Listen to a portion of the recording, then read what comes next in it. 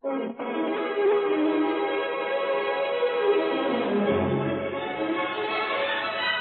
evening. This is Peter Tobin introducing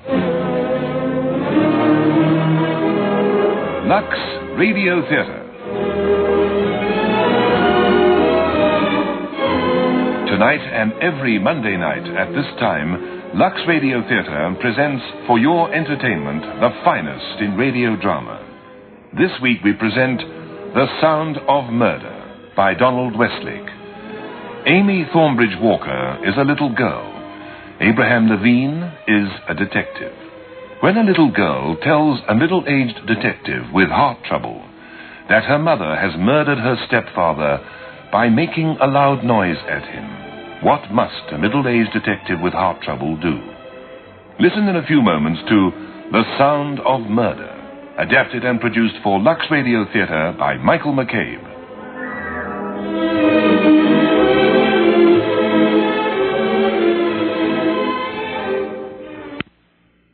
And now, Act One of tonight's Lux Radio Theatre presentation, The Sound of Murder.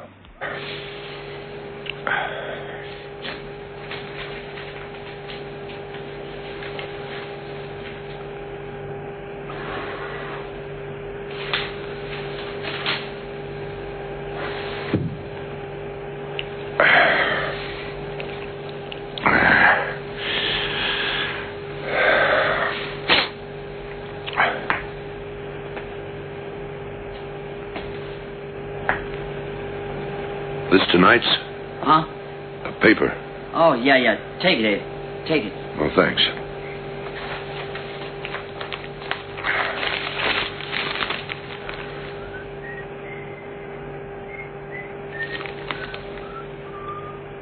So Pope John XII was the first prelate of the Roman Catholic Church to smoke cigarettes in public. Well, that's just great.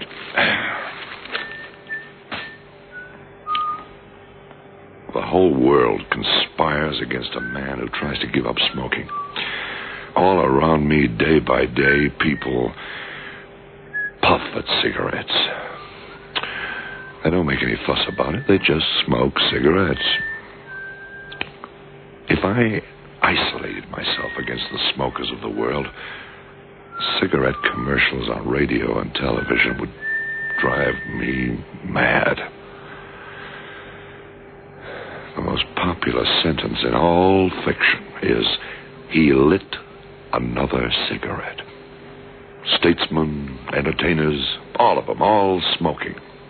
Whenever news photographers snap them for posterity. Quiet tonight. Sure. Yeah, being a cop is the most exciting thing in the world, Abe. You know that? What? Oh. Come along to Brooklyn's 43rd Precinct, folks. Thrill a minute. Ugh. I'm going to the John. Who knows? I might find a body in there. Yeah, cockroach.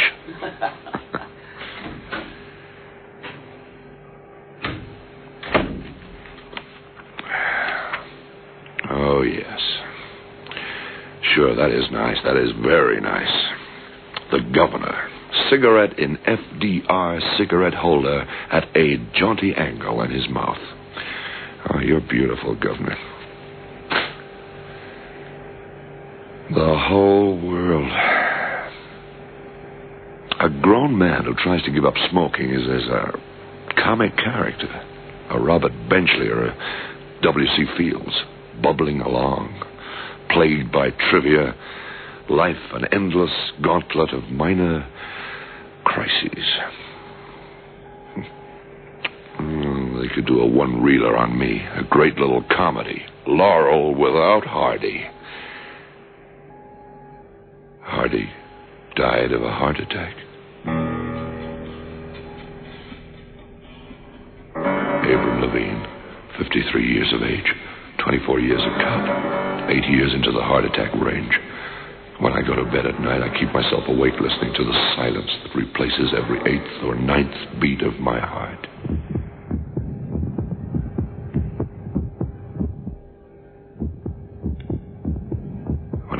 stairs or do anything strenuous, those missed heartbeats come closer together. Every 7th, then every 6th, then every 5th. One day, my heart will skip 2 beats in a row. And then, and on that day, Detective Abraham Levine will stop. Because there won't be any 3rd beat. None at all. Not ever. Huh? Huh? Oh, First sign, you know, Abe. First sign? What of? Nuts. Talking to yourself. Well, I didn't hear you. Come in. Come back. Heart? Yeah. I know a dozen guys with a heart that's kind of suspect. Yeah. What does the doc think? Well, I went to him 4 months ago. He checked me over. Felt like an old auto brought to a mechanic. Or a boat. You know, a boat. Its owner wanted to know whether it was worth fixing or not. Or just junk that ought to be replaced. Like it might have been necessary to get a new model. The house next door to mine, a baby cries every night. The new model crying for the old, the obsolete, to get off the road. Well, you got a little skip in your heart. Lots of people have that, Abe. Yeah, that's what the doctor said. Blood pressure's a bit high, too, but I paid the doctor his fee, but I'm kind of unconvinced. He said if I really wanted to do something for my heart, I could cut out the smoking. Haven't had a cigarette since. And? I understand for the first time in my life how those junkies we lock up feel. I'm ashamed of myself, becoming so dependent. But I'm going to make it. Yeah. How about turning the fan off? Cool enough. Yeah.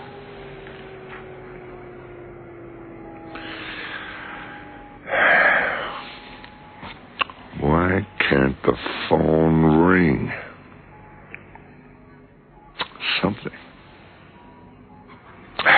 Now I'm trying to smoke a pencil. Come in. What? Someone at the door. Oh. Push!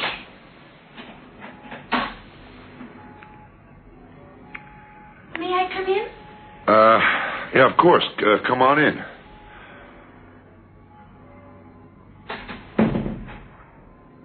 Sit over here.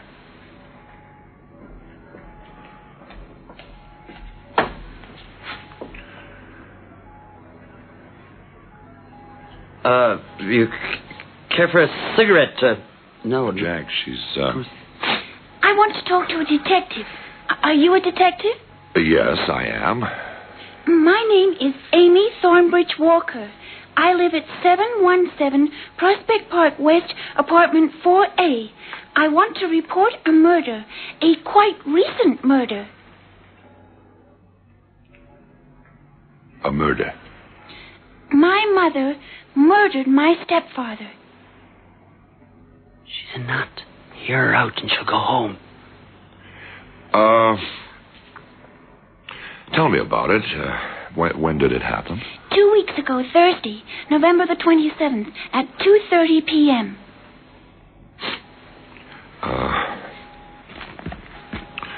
What's your mother's name? Gloria Thornbridge Walker. And my stepfather was Albert Walker. He was an attorney. Was your father's name Thornbridge? Is that it? Yes, Jason Thornbridge. He died when I was very small. I think my mother killed him too, but I'm not absolutely sure. I see. But you are absolutely sure that your mother killed Albert Walker? My stepfather, yes. My first father was supposed to have drowned by accident in Lake Champlain, which I consider very unlikely, as he was an excellent swimmer. How long have you thought that your mother killed your first father? I'd never thought about it at all until she murdered my stepfather.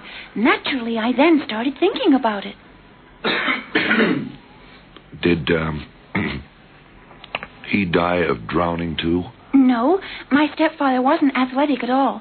In fact, he was nearly an invalid for the last 6 months of his life.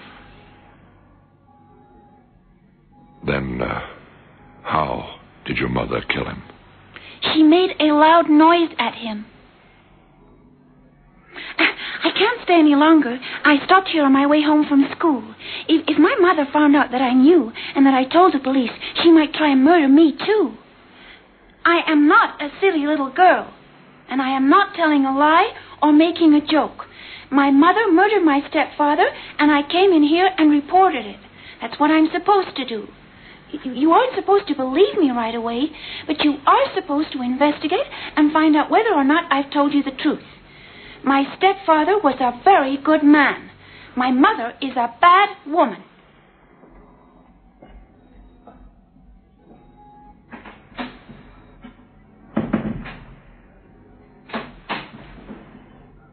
Hey, what was that? Who was she? She came in to report a murder. Her mummy killed her daddy by making a great big noise at him. Come again? I'll check it out. Yeah, you do that.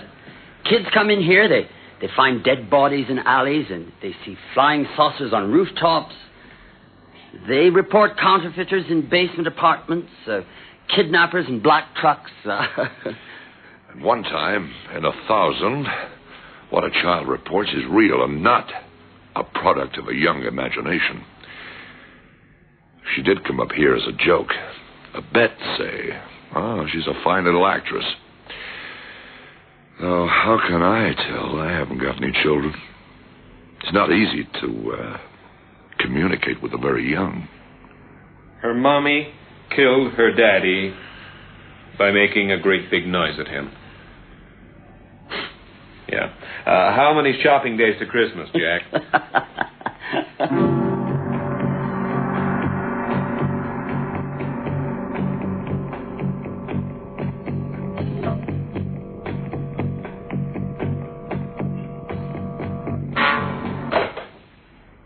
So? November 28th obituary notice on Albert Walker. Cause of death, a heart attack. The mortician was Julius Merriman. The doctor was Henry Sheffield. Just been talking to Sheffield. Yes, so I got it. You heard that? Well, how could I hear Sheffield's part of it? My ears aren't that big. So? Well, he said it was heart failure, pure and simple. Can't understand why the police should be interested in the case. Neither can I. Sheffield said that Walker had suffered a coronary attack about 7 months ago. The second attack was more severe, and he hadn't really recovered from the first. He seemed a bit put out about me calling him. Seemed to think I was implying a number of things. I don't know. He wasn't Mrs. Walker's first husband's doctor. Yeah.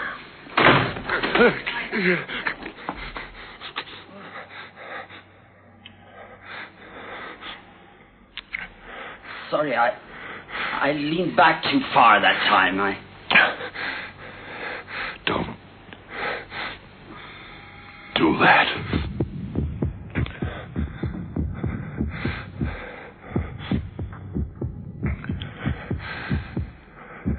Every sixth beat. The sixth.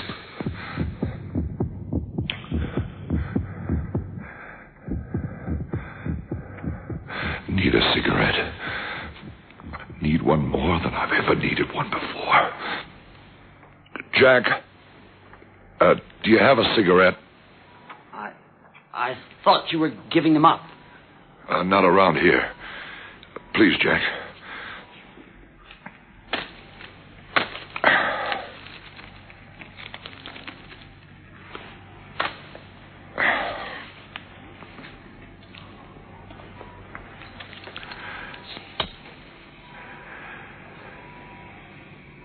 Albert Walker died of a heart attack.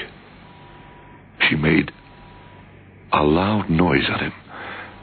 The second attack was more severe, and he hadn't recovered from the first. It was every sixth beat there for a while, after the loud noise of Crawley's backward dive. Did Gloria Thornbridge Walker really kill Albert Walker? Will Abraham Levine really kill Abraham Levine? Huh? Huh? I thought you said something. No, I didn't say anything. Change your mind. What? Oh, yeah. Yeah, I don't think I'll ever smoke again.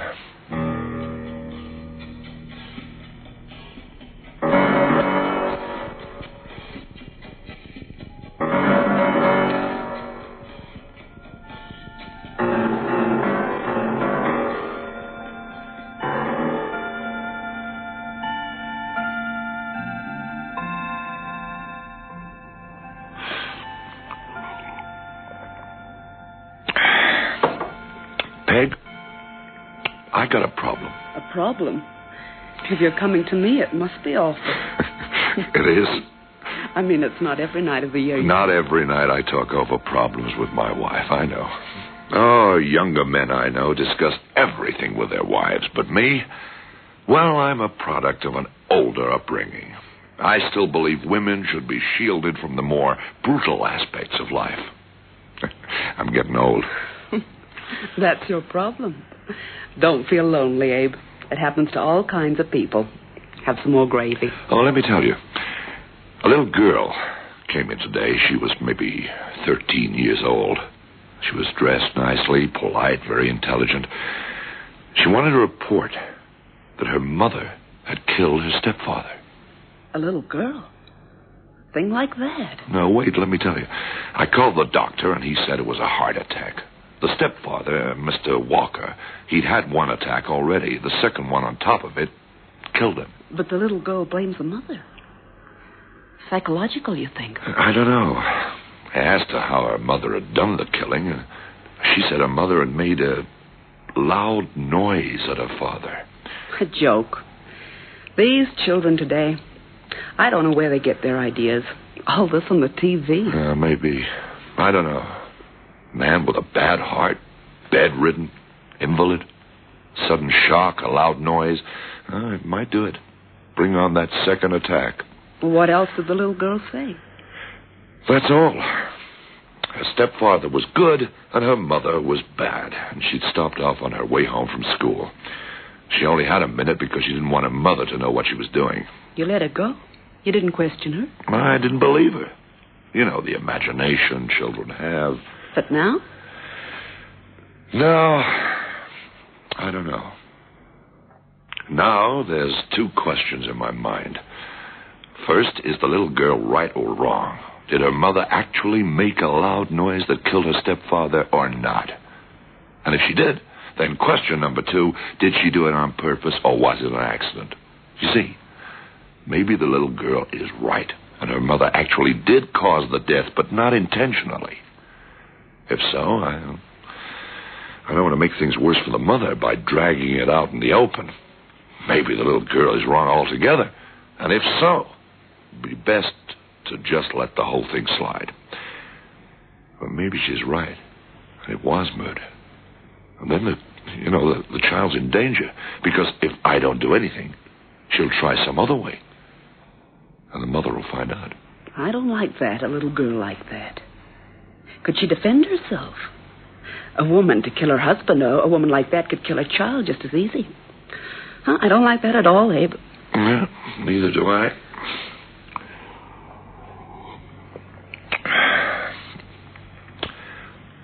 Question is, what do I do? A child like that. A woman like that. Huh? And then again, maybe not. For right now, you eat. We can think about it.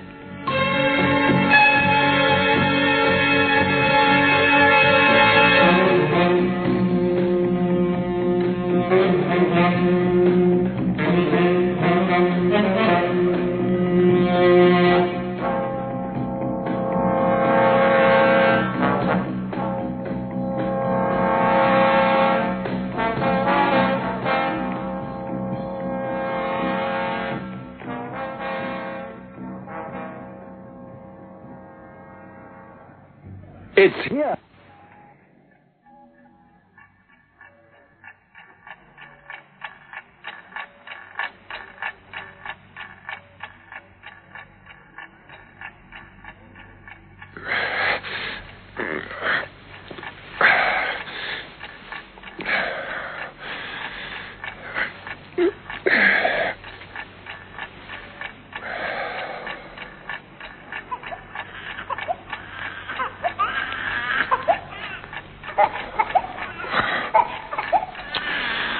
There you go again. Next door, baby. Move over, world, and give us room. Make way for the new. And they're right. We've got to take care of them. They're absolutely right. I've got to do something for that little girl.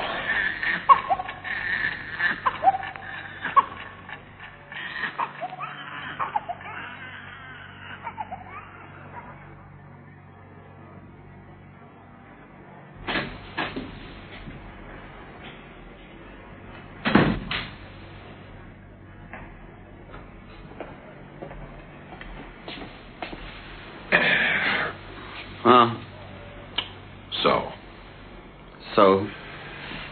Yes. About that little girl. You too? Yeah. I got to thinking about it myself last night. We ought to check it out. I know. I figure I ought to look up the death of the first father. Jason Thornbridge, wasn't it? Good. I was thinking of going to a school, talking to a teacher. She's the kind of child who makes up wild stories all the time, then, well, that's that. You know what I mean. Yeah, sure. You know what school she's in? Lathmore Elementary over on 3rd. She tell you that? I didn't hear it if she did. No, she didn't, but it's the only one it could be. I'm pulling a Sherlock Holmes. She told us she stopped in on her way from school. She was walking home, and there's only 3 schools in the right direction. So we'd be between them and Prospect Park. But they're close enough for her to walk. There's St. Aloysius, but she wasn't in school uniform. There's PS 118, but with a Prospect Park West address and the clothing she was wearing and her good manners, she doesn't attend a school like that. So that leaves Lathmore. Okay, Sherlock.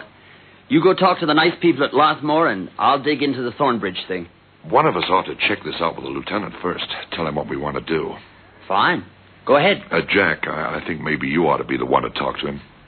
Why me? Why not you? Oh, I think he has more respect for you. What are you talking about? No, I mean it. If I tell him, I think he'd think I was dramatizing or getting emotional or something, and he'd say thumbs down. But you're the level-headed type. If you tell him it's serious, he'll believe you. You're nuts. You are the level-headed type, and I am too emotional. Flattery will get you everywhere. All right. Go to school. Thanks, Jack.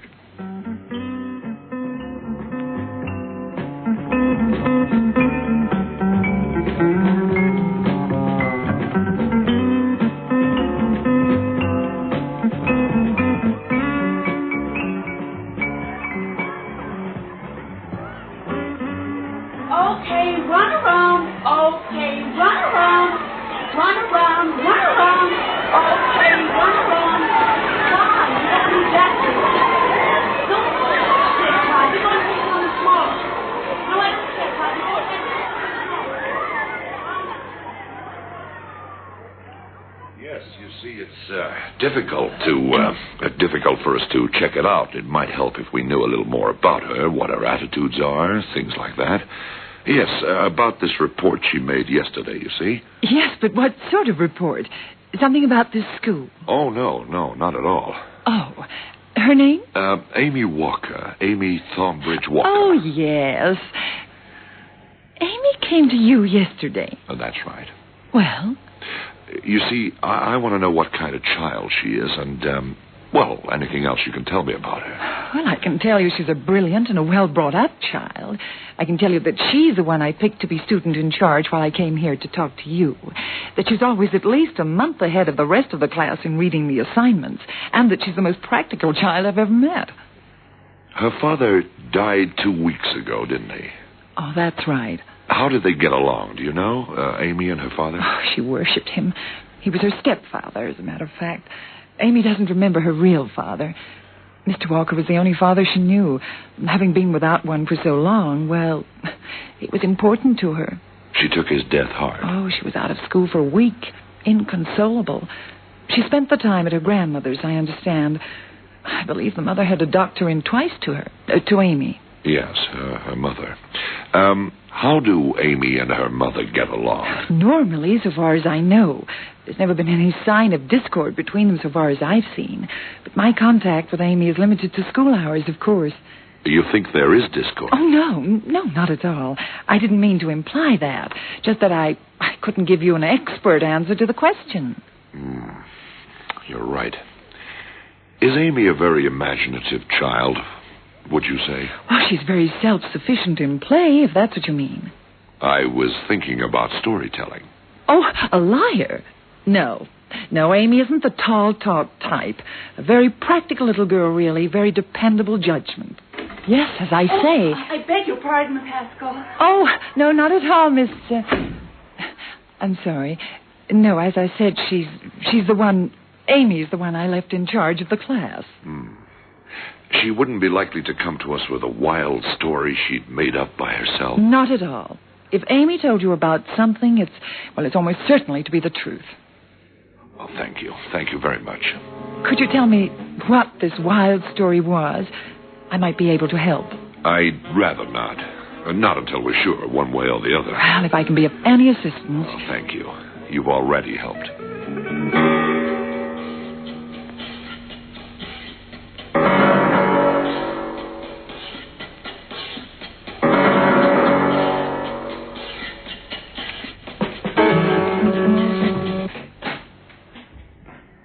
You have all the luck, Abe. You missed the whirlwind.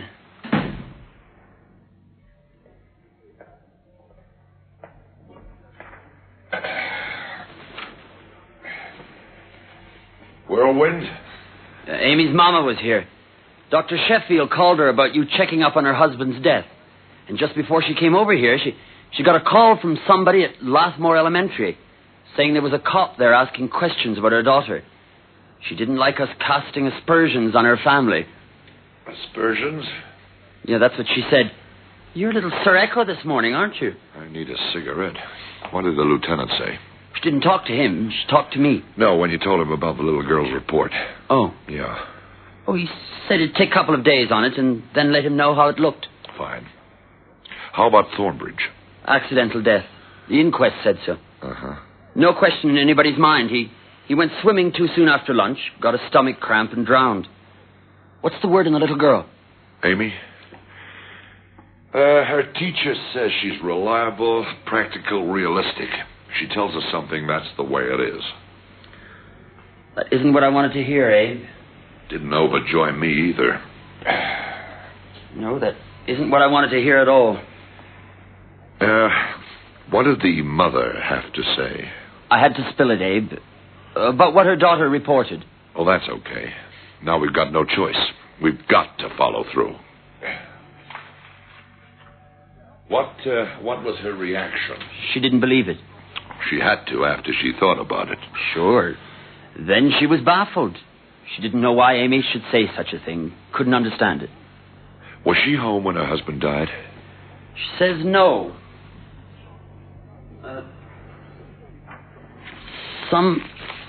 Somebody had to be with him all the time, but he didn't want a professional nurse. So when Amy came home from school that afternoon, the mother went to the supermarket. Her husband was alive when she left and dead when she got back. Or so she says. She says Amy was the one who found him dead? No, Amy was watching television. When the mother came home, she found him and called the doctor. What about noises? She didn't hear any and can't understand what Amy means. All right. We've got one timetable discrepancy. Amy said her mother was at home and made a loud noise. The mother says she was out to the supermarket. After a lifetime of smoking, my hand just... That's tough. So? Yeah. What did you think of Mrs. Walker, Jack? She's tough. She was mad, and she's used to having things her own way.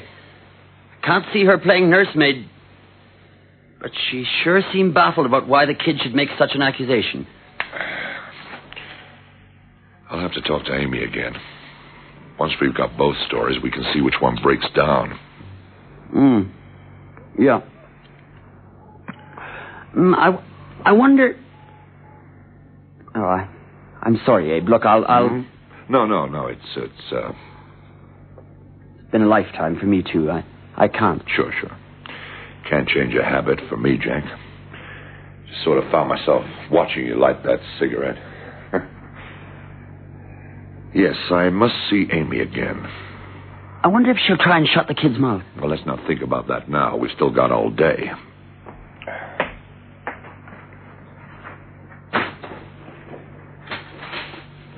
You're going to phone the Walker's place? No, I'm going to call the school. I'll talk with Amy there. I'll ask that we're left alone.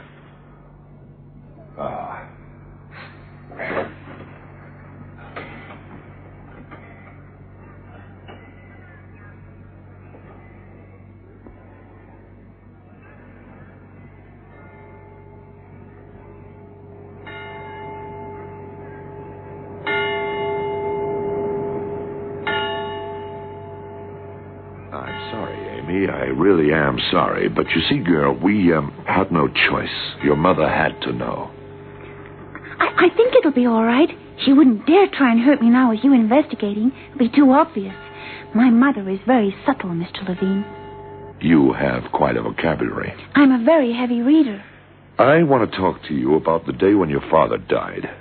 Your mother said she went out to the store, and when she came back, he was dead. Now, what do you say? Nonsense. I was the one who went out to the store. The minute I came home from school, she sent me out to the supermarket, but I came back too quick for her. Why? Well, just as I was coming down the hall from the elevator, I heard a great clang sound from our apartment. Then it came again as I was opening the door. I went through the living room, and I saw my mother coming out of my stepfather's room. She was smiling, but when she saw me, she suddenly looked terribly upset and told me something awful had happened. And she ran to the telephone to call Dr. Sheffield. She acted terribly agitated and carried on just as though she meant it, just as though she really meant it, and she fooled Dr. Sheffield completely. Why did you wait so long before coming to us? I didn't know what to do. I didn't think anybody would believe me. I was afraid if Mother knew what I knew and what I was going to do, she might try and do something to me. But Monday in civics, Miss Haskell was talking about the duties of different parts of government, firemen and policemen and everybody, and she said the duty of the police was to investigate crimes and see the guilty were punished. So yesterday I came and told you because, well, it didn't matter if you didn't believe me. You'd have to do your duty and investigate anyway. All right. Well, we're doing that. But we need more than just your word. You understand that, don't you? We need proof of some kind. Yes.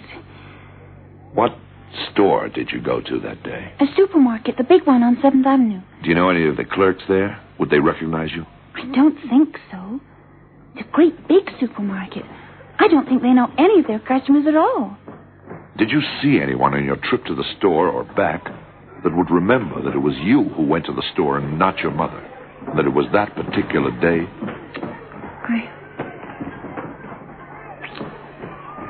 No. No? I don't think so. I don't know any of the people in the neighborhood. Most of the people I know are my parents' friends or kids from school, and they live all over, not just around here. Oh, well, we'll see what we can do. This clang you told me about, do you have any idea what your mother used to make the noise? No, I don't. I'm sorry. It sounded like a gong or something. I don't know what it could possibly have been. A tablespoon against the bottom of a pot? Something like that? Oh, no, much louder than that. And she didn't have anything in her hands when she came into the bedroom, out of the bedroom? No, nothing. Well, we'll see what we can do. You can go back to class now. Thank you. Thank you for helping me. It's my duty, as you pointed out.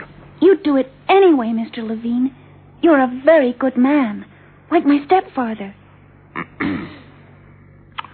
Yeah. More ways than one, maybe.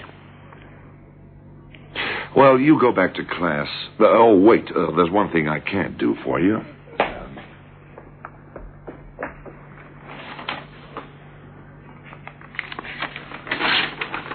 Now, look. Hope Mrs. Haskell doesn't mind me stealing a piece of paper from her pad. Now, look, this is the number of the precinct, and this is my home number there. If you think there's any danger of any kind, any trouble at all, you can call me. At the precinct until 4 o'clock, and then at home after that. Oh, thank you. You are a very good man. A very, very good man.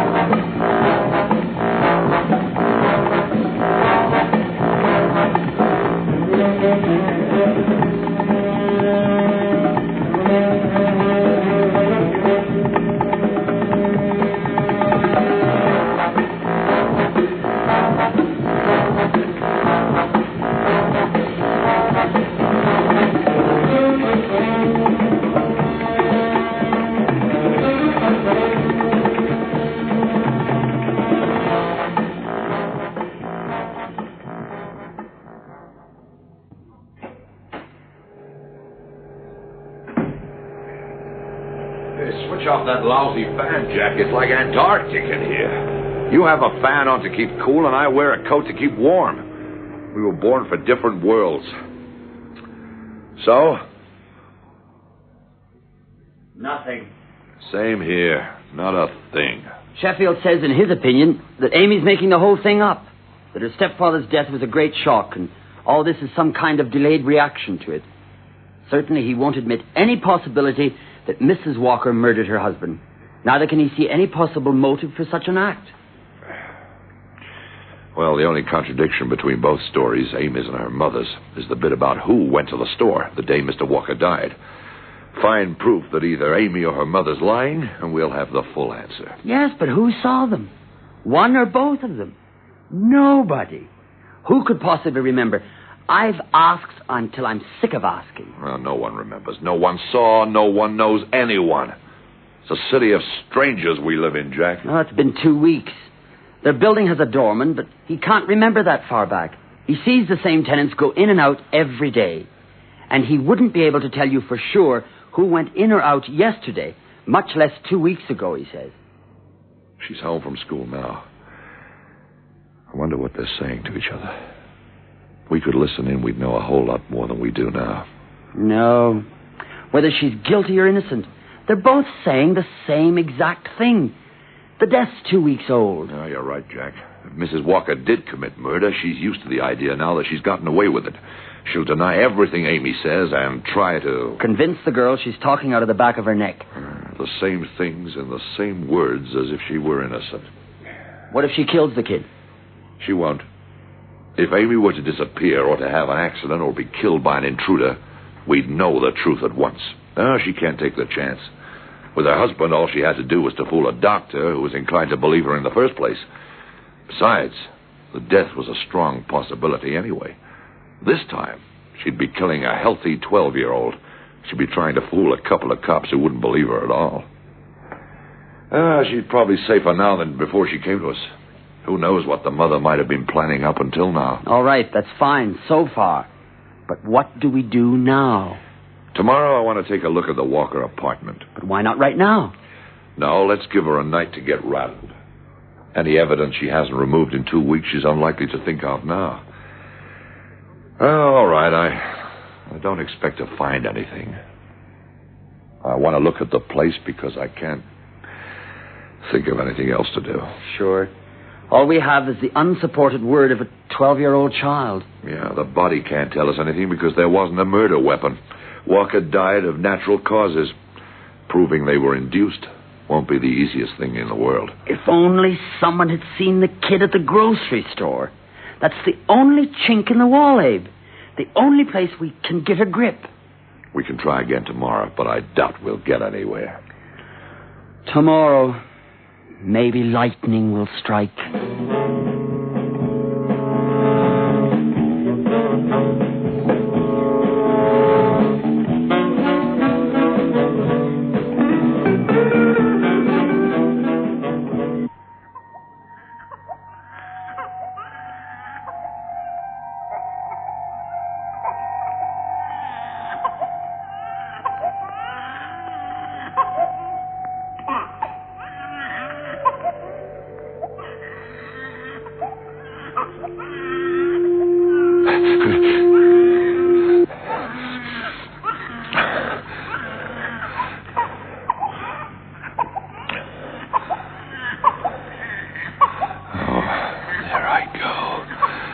smoking the cigarettes, for pity's sake. Why am I awake?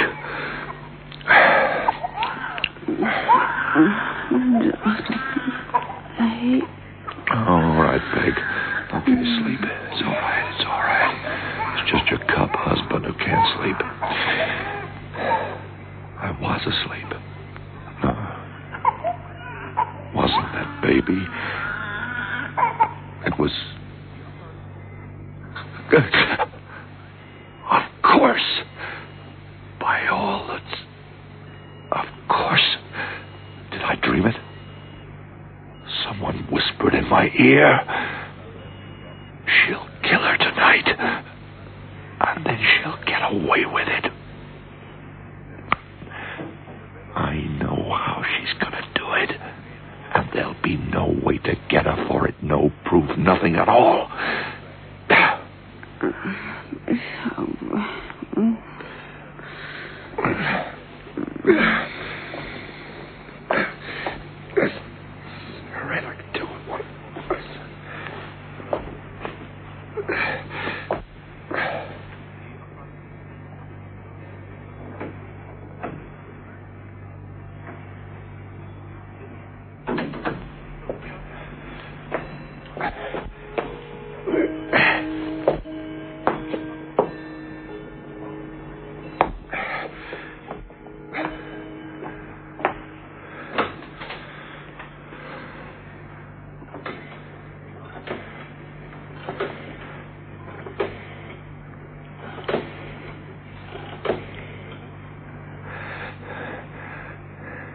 Avenue L. Oh, cab, please. Yes, 312 Crossfield. Ridgeway, yeah. Huh? Yeah, urgent. 5 minutes? Fine.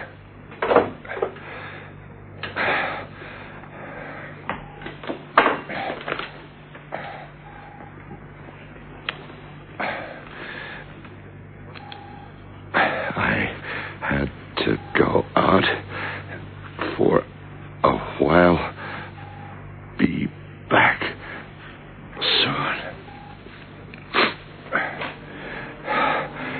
10 to 1.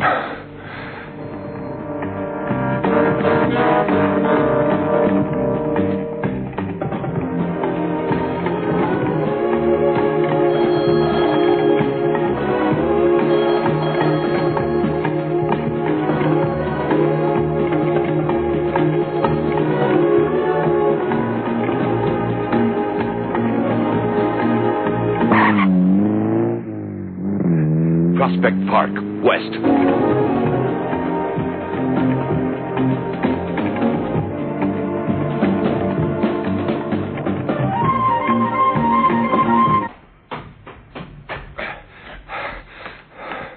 Fourth floor. Why does the elevator have to be on the 11th floor? It's quicker to... No, not me. As I left the house, that was the phone I heard. The phone! I'm too late. She's made a move already. I was too late when I left the house.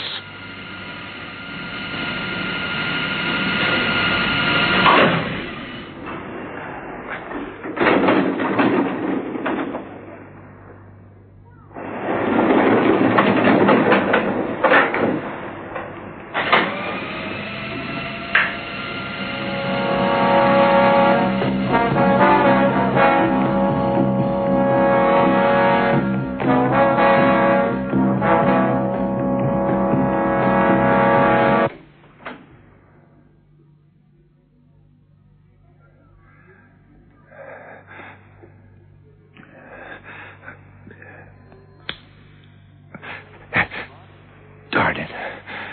Gone again. Hallway light, too. Blown a fuse. Dark. Too dark. Telephone call as I left the house. She worked it out. She knew I was on my way here. I'll have to call the precinct. They'll need flashlights. It's too dark.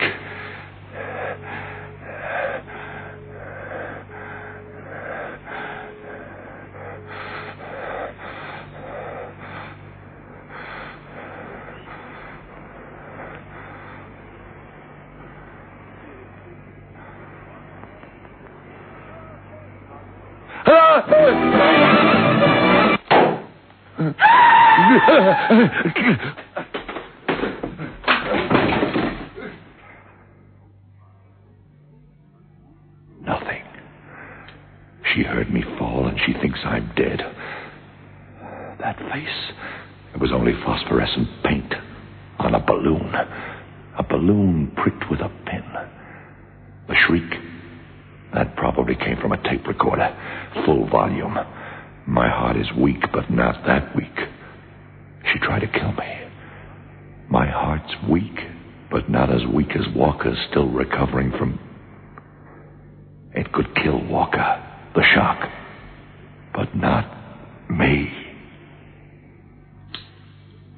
No, Amy. It didn't work.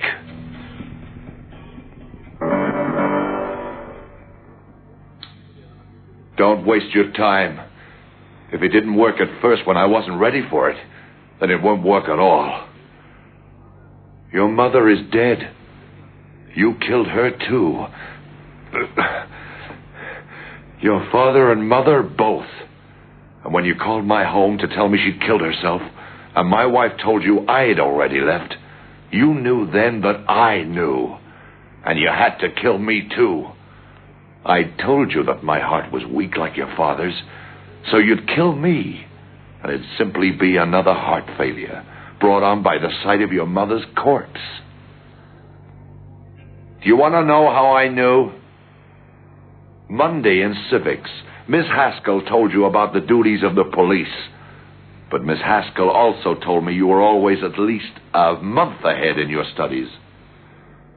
2 weeks before your stepfather died, you read that assignment in your school book. And then and there, you decided how to kill them both.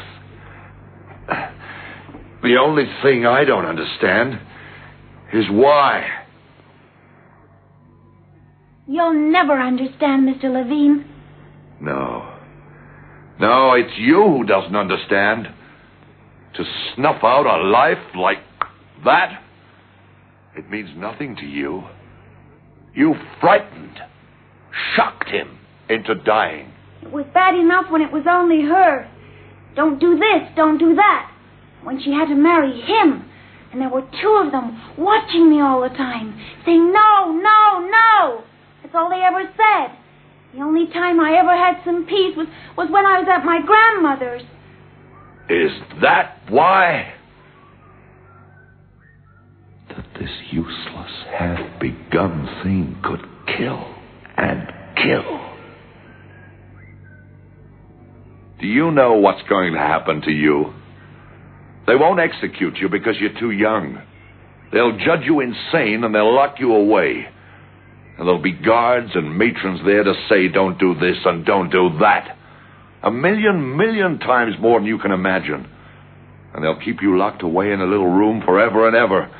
And they'll let you do nothing you want to do. Nothing.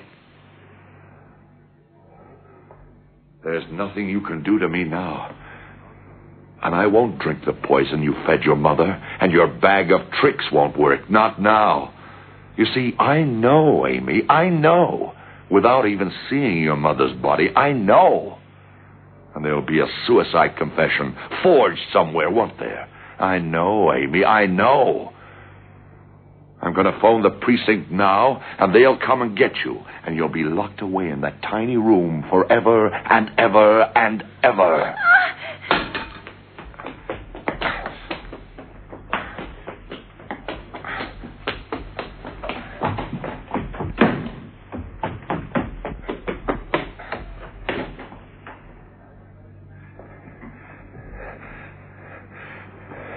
You see, I was right, wasn't I, Amy? I know everything. There's your poor mother's body there on the bed.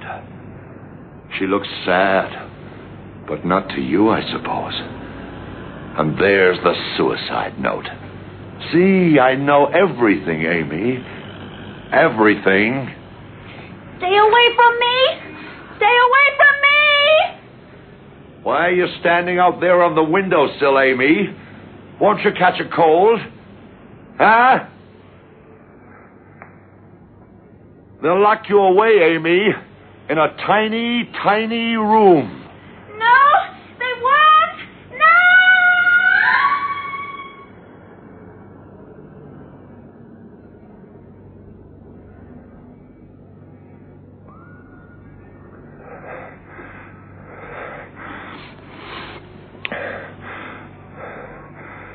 Yes.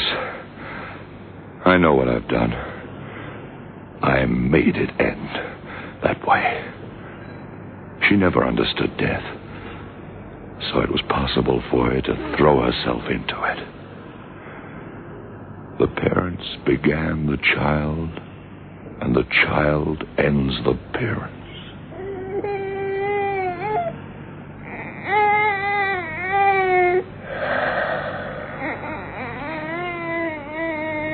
Another baby, crying, wailing, saying, "Make way, make way. We will.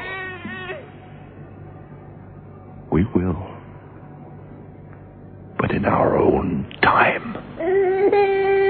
Don't rush us."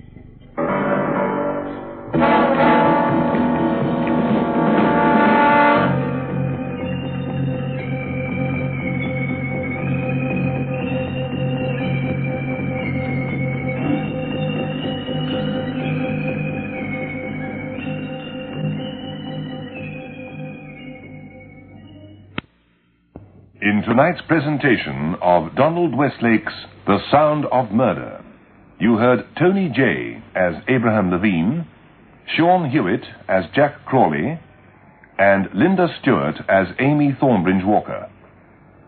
Others in the cast were Sheila Holliday and Beryl Gordon. The Sound of Murder was adapted and produced for Lux Radio Theatre by Michael McCabe.